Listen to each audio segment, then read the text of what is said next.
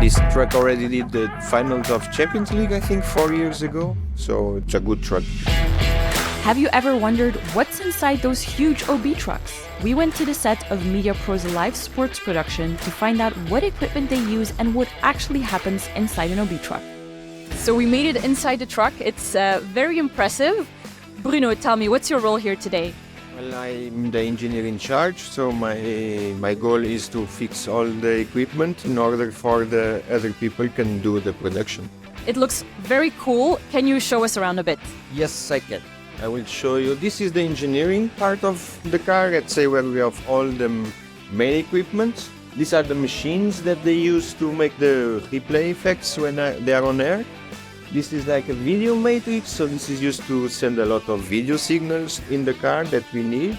This is the vision mixers, so actually this equipment that sends the pictures to your home.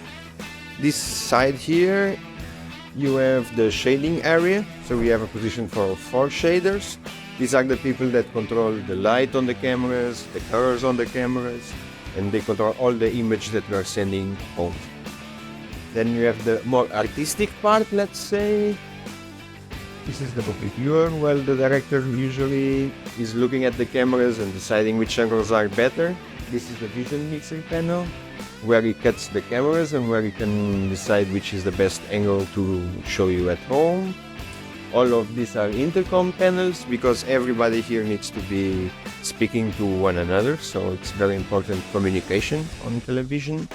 And here are the EVS operators. These actually are the remotes that control the machines that I showed you previously. And then they can go back and show you different angles from a goal, from a foul, from anything in sports. How do you decide what you're going to show and when you're going to show it?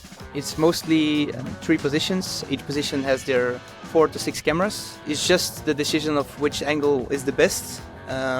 It could be the A, B, or C. You need to decide really quick because the game goes on, and if you don't have a replay in like 2 seconds, you cannot show one. So it has to be really quick.